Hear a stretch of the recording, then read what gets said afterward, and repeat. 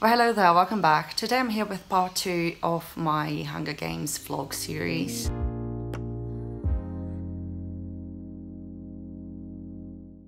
During the month of October, I reread The Hunger Games, the first book in the trilogy, and I vlogged my experience. And since there was so much footage, I decided to split it into 3 vlogs, one for each part of the book. This video you're watching now is part 2 of the vlog series, and part 1 is already up on my channel. I'm gonna link it down below, and I really suggest you check it out first. Before we get into it, I just want to remind you that there's gonna be spoilers. Without any further ado, here's part 2.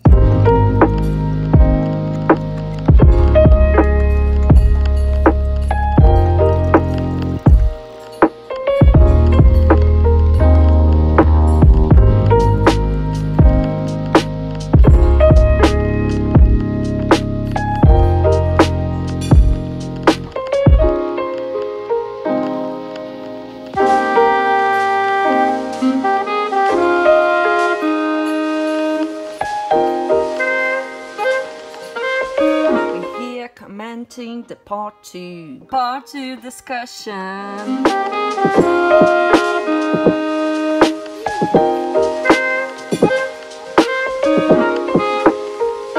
can't stop looking at Rue, smaller than ever, a baby animal curled up in a nest of netting.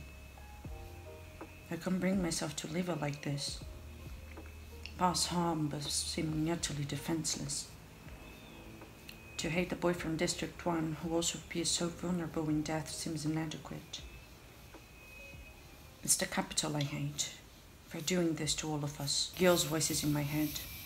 His ravings against the capital no longer pointless, no longer to be ignored. Rue's death has forced me to confront my own fury against the cruelty, the injustice they inflict upon us. But here, even more strongly than at home, I feel my impotence. There's no way to take revenge on the capital. Is there? But then I remember Peeta's words on the roof. Only I keep wishing I could think of a way to show the capital they don't know me. They are more than just a piece in their games. And for the first time, I understand what he means.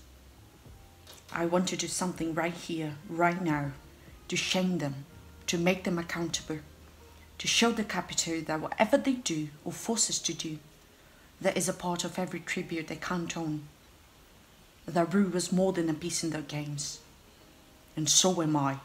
I keep seeing Rue speared, my arrow piercing the boy's neck. I don't know why I should even care about the boy. Then I realize he was my first kill. I guess technically I get credited for Glyma and the girl from District 4 too, for dumping that nest on them.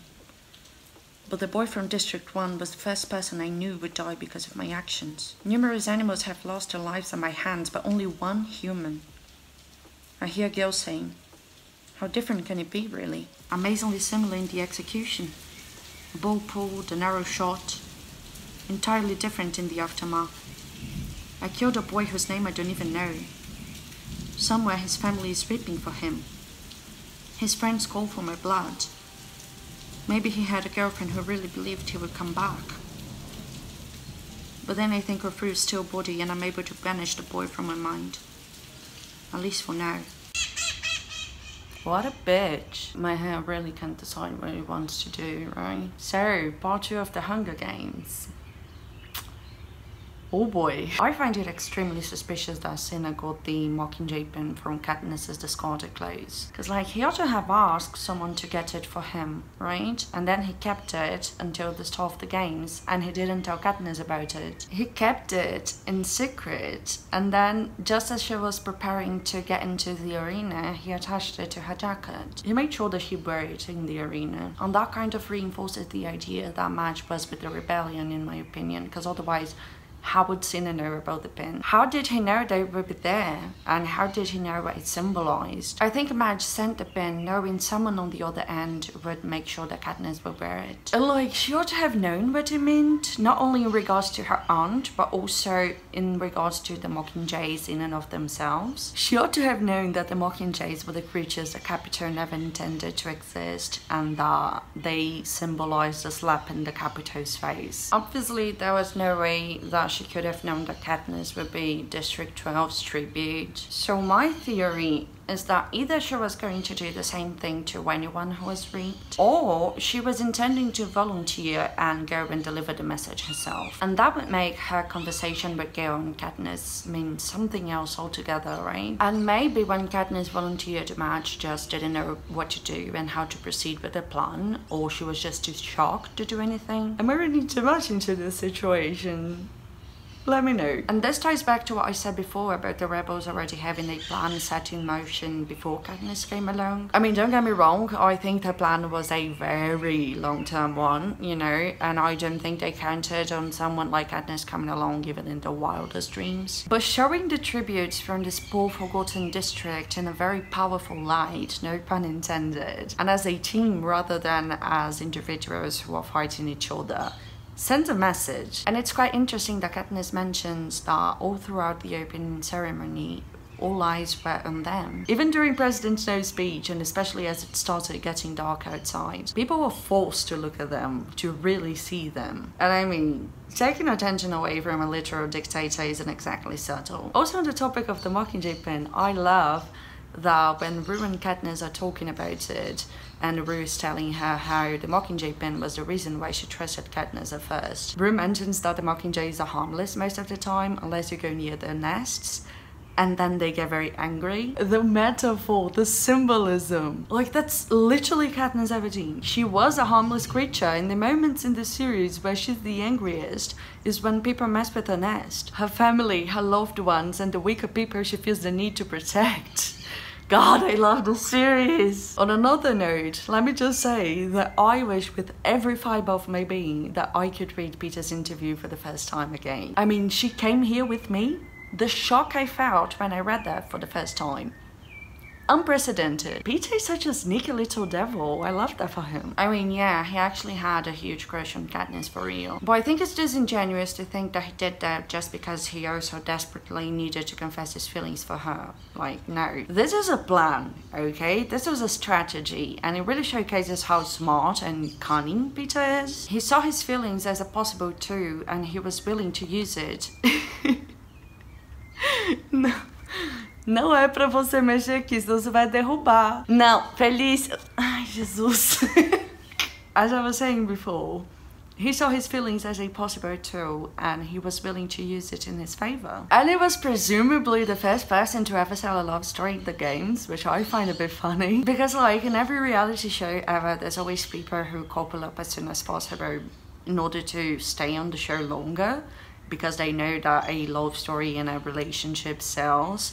And also because they feel like people who are watching are probably not going to want to break the couple up. But I guess it makes sense that no one saw the potential in it before in the games, because like they do have to kill each other. And I think the fact that Peeta's feelings are real is part of the reason why he even came up with that strategy in the first place and why it works so well. I see a lot of people saying that Peeta is a Pisces, but I really don't think that at all. I personally feel like he's a Libra because he's really good at making people like him, and he's very good with words, and he's very artistic as well, and he does visual art, you know, he paints, and he's all about justice and morality and fairness, you know, those are all very Libra traits. Another scene I adore, of course, is the rooftop scene. Peeta's moral conundrum is very interesting, and it really showcases the type of person he is, especially because of how conflicted he is about it. He doesn't want to kill people, but he knows that if it comes down to it, he will do it, you know, which is exactly what the Capitol wants. He knows he's being used and he knows there's nothing he can do about it, but still he wants to show them that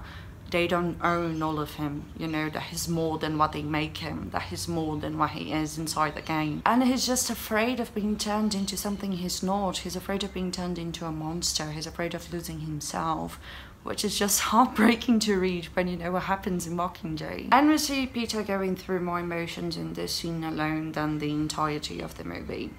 Don't at me. He's angry, he's hurt, he's very bitter, and he's very scared. But another interesting thing about the scene is the contrast between Katniss and Peeta, and the implication that it takes a certain type of privilege to be in a position where you can allow yourself to even pose these questions. When you have to worry over whether or not there's going to be food on your table, or who's going to put food on the table when you're not there, that's what you think about. So it's easier, quote unquote, to dwell in morality when you don't have to worry about the bare necessities. Katniss quite literally can't afford to think like that. Her goal is to survive, period. But at the same time, when she's confronted with that dilemma, she feels ashamed for not thinking about it before and for not allowing herself to dwell on it. And I love that. On that topic, I love seeing how it is Katniss's life experiences and the things that she learned from them that keep her alive, essentially. Every step of the way, time and time again, you see how her experiences, both the good and the bad,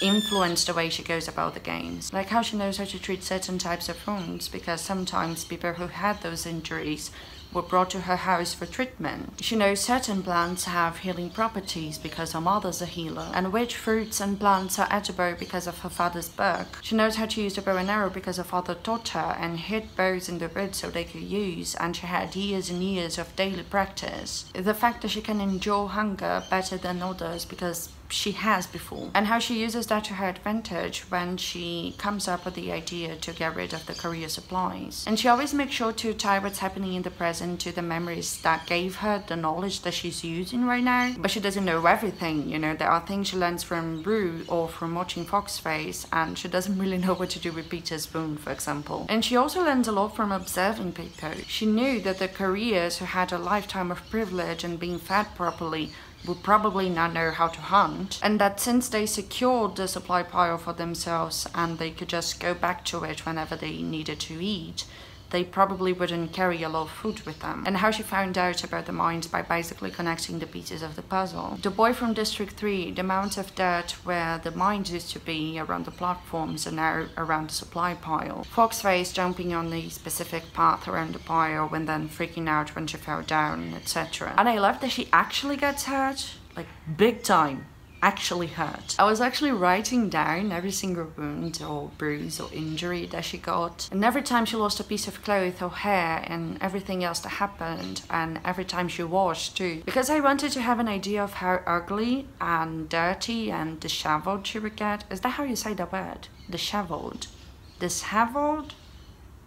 I don't know. Because in the movies they are always so clean and so fresh. Like, even when they have a bit of dirt on their faces, it doesn't really look grimy and disgusting. In the book, she's a wreck. I actually had to stop writing it all down because it was just so much. Like, she lost half of her jacket and a whole pant leg from the fire, as well as 6 inches of hair. Her face is always full of scratches from tree branches, and she gets grimy and sticky and disgusting from days without washing. She loses a ton of weight from malnutrition, and that's not even mentioning the major wounds like the burns and the blisters and the tracker stings. I would love to see a Hunger Games adaptation that actually let its characters be ugly and dirty and disgusting and hurt.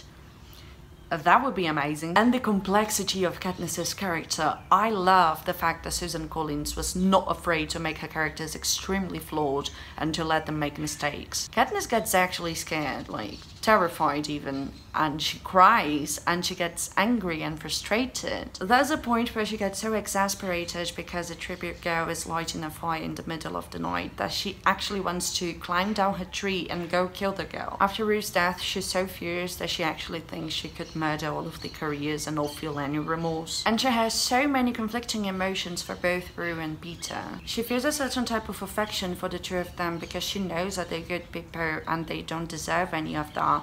And because of that, she doesn't want them to die. But at the same time, she knows that for her to stay alive and win the games, the two of them have to die, and she doesn't want to be the one to kill them. So she's always wishing that they are still alive and well, while at the same time wishing for someone to just kill them already, just so she doesn't have to be the one to do it. Especially because she knows that if it came down to it, she would do it. And now, the biggest thing that I wanted to talk about, which is Rue and her death and her brief relationship with Katniss. First of all, I do not remember they spent so little time together. They only have 2 days. I was under the impression that they spent a lot more time together. And prior to that, they had literally never talked. Rue followed them around the training center, and Katniss noticed little things about her every now and then, such as her interview and how small and innocent and fragile she looked. And then in the arena, they had the Tracker Jack interaction.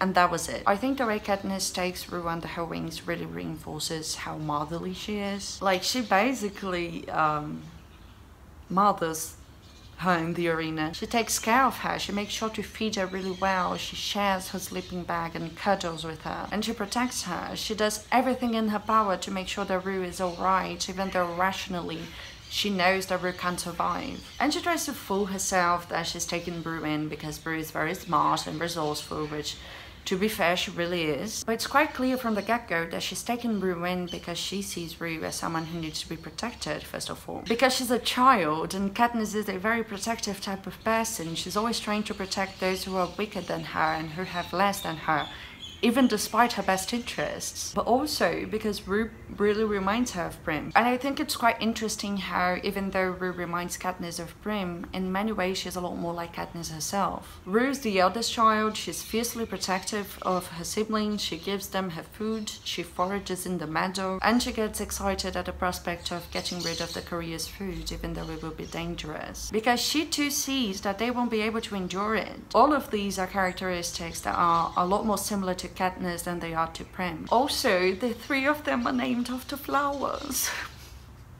Rue is a plant that has kind of bluish green leaves, and it has a high tolerance of dry and hot soil conditions. It's cultivated as a medicinal herb, but in many religions, including Afro-Brazilian religions such as Candomblé and Umbanda, it is also considered to have, how do I say this, like energy cleansing properties. Primrose is a very soft flower with a very delicate smell. It is edible, but the whole plant, especially the root, is known for its medical properties. It has analgesic, antispasmodic, expectorant and diuretic properties. And Katniss is a plant that is also known as dark potato or swamp potato, which I do realize sounds very funny, but bear with me, because it produces underwater tubers. Disturbing the mud where the plant grows causes the tubers to flow to the surface, and then you harvest them and you can boil them, and they are actually quite nutritious. They're actually a great source of carbs and starch, and I love the memory that Katniss has of her father saying, as long as you find yourself, you'll never starve.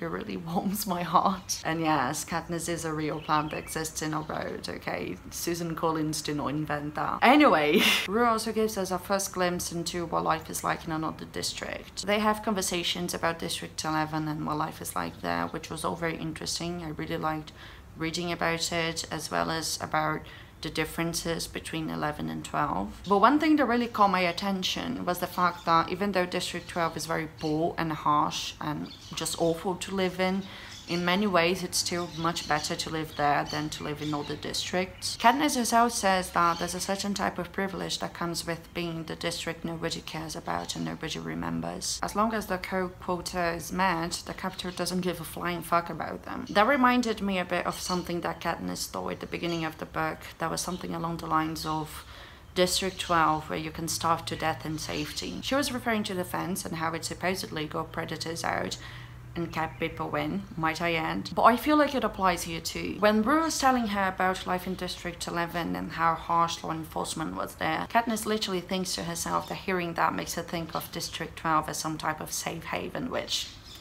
wow, the bar really is that though. Despite all the bad things in District 12, poverty, starvation and everything else, the law enforcement there isn't that harsh. The peacekeepers are literally her clients. Like, they know about most of the illicit activities that go on in the district and they barely do a thing about it. It's almost like a militia of sorts. The mayor and the head peacekeeper don't have a taste, as Katniss says, for public executions and whippings and such. In a very twisted way, they are privileged. People in District 11 don't have that same luxury. Rue talks about constant public whippings and executions and about how during harvest periods, the children don't go to school because they are forced to work the entire day too. And Rue's death, oh my fucking god. I do not remember how messy and gritty it actually was. And I think that's because of the movie. In the movie it's very fast, but it also really tones down the violence. Which I do understand from a capitalist standpoint, because when you rate a movie PG, you get a lot more possible people to watch it, and so theoretically it will make you more money. And also, this is technically a YA book, so it would be kind of weird to make a movie based on it that actual teenagers couldn't watch. So I do understand it in a way. But this moment, Rue's death, made me think of how hard this book is to adapt. First of all, I think that for an adaptation of The Hunger Games to be perfect and to have all the nuance the book has, it would have to be a series. Don't get me wrong, I think plot-wise the movie is an amazing adaptation, and I think it's very faithful in all that. However, it does really lack nuance, and it completely butchered both Katniss and Peeta's characters because it really oversimplified them. Going back to the scene though, I think it really showcases one of the biggest difficulties of adapting this book. On one hand, I think it's extremely important to show the ugliness and the grittiness of the games, and that in order to achieve that, it's important to show all of the dirt, grime, the blood and the gore. We need to see all of the awfulness. But on the other hand, you also have to be extremely careful with how you go about that, because you risk falling into the trap of sensationalizing and glamorizing and glorifying the violence just like the games do. So it's a very tricky position to be in. I personally feel like the movie really failed in this aspect. Everything is so clean, like the people are always very clean and beautiful at all times and barely injured at all. You barely get a sense of the actual horror of the games and how traumatic they actually are. But yeah, movie rant over. Rue's death is just... ugh. I mean, she's fucking 12. Her death is the ultimate symbol of how fucked up the shit actually is. This tiny little girl is so innocent, so smart and bright, who lost her life after it had barely started, with a life of her own and a family who loved her and dreams for the future. Girl, I mean, yeah, the games are awful to all the tributes, but it just hits different when it's an actual child. And Katniss feels that too, because Rue's death is a turning point for her. It forces her out of her inertia, her passiveness. Caring for and decorating Rue's body is her first active act of rebellion. Her first act of rebellion that was actually intended as such. She even says that now she understood Gale's rage and his rantings about the Capitol, and she understood Peeta's words on the roof. She knows that there's not going to be any justice, and Rue is just going to be one more meaningless death in a sea of countless others. She wants to hold the Capitol accountable and to force them to face the atrocity they committed to this little girl. To show them that Rue was more than just a tribute, that she was more than just a piece in their games. And so is Katniss. And that's all she can really do, because at the end of the day she knows there's no way to actually make them pay. And so she redirects all the anger and the rage to people who she can make pay. In this case, the careers. But deep down she knows that, one, if it came down to it, she would have killed Rue too. And two, this is much bigger than all of them. The careers are victims of the system too, in a way. They are raised from the crib being trained for the games, and being taught that winning the games is an honor, and learning that they have to put on a nice show. They are perpetrators in a way, but they are also victims. They are dying in the games too. They are scared too. Rationally, she knows that this is much bigger than them, but she needs to do something, and this is something she can actually do. And even though she wants to kill them, and even though she thinks she will feel no remorse over doing so, she's already experiencing flashbacks from killing Marvel. She actually says that hating Marvel and blaming him doesn't really feel right, because at the end of the day he was just a kid who was thrown there just like the rest of them. But she never allows herself to dwell too much on it. Whenever she starts remembering her arrow in his neck, she forces herself to also remember his spear in Rue's stomach. She doesn't want to allow herself to feel this guilt yet. And Katniss says, I can't make them pay for it, but I can make them remember her by being remembered myself. Now her winning is about more than Prim, it's about Rue and the closest thing to justice for her. It's about the promise she made for Rue, which Katniss says herself is somehow more important than the promise she made for Prim. I am terrified of reading part 3, because in part 2 we already get a sense of Katniss's unraveling mental state. But in part 3, shit gets real. And I think it's gonna hit harder now than it ever did before, because over the years I slowly shifted from a plot-driven reader to a 100% character-driven reader. And also because I feel like the older I get, the more protective I feel over all of them, because the more I realize how young they actually are, and the more I feel for them and for all the trauma that they are gonna have for the rest of their life. So yeah, I'm terrified, but I'm also here for it. To end this on a brighter note, when they announced the Rue changes and Katniss literally can't keep herself from calling out Peeta's name, yes, I felt that. I really did. I everything. I everything. Oh yeah. Aqui, ó.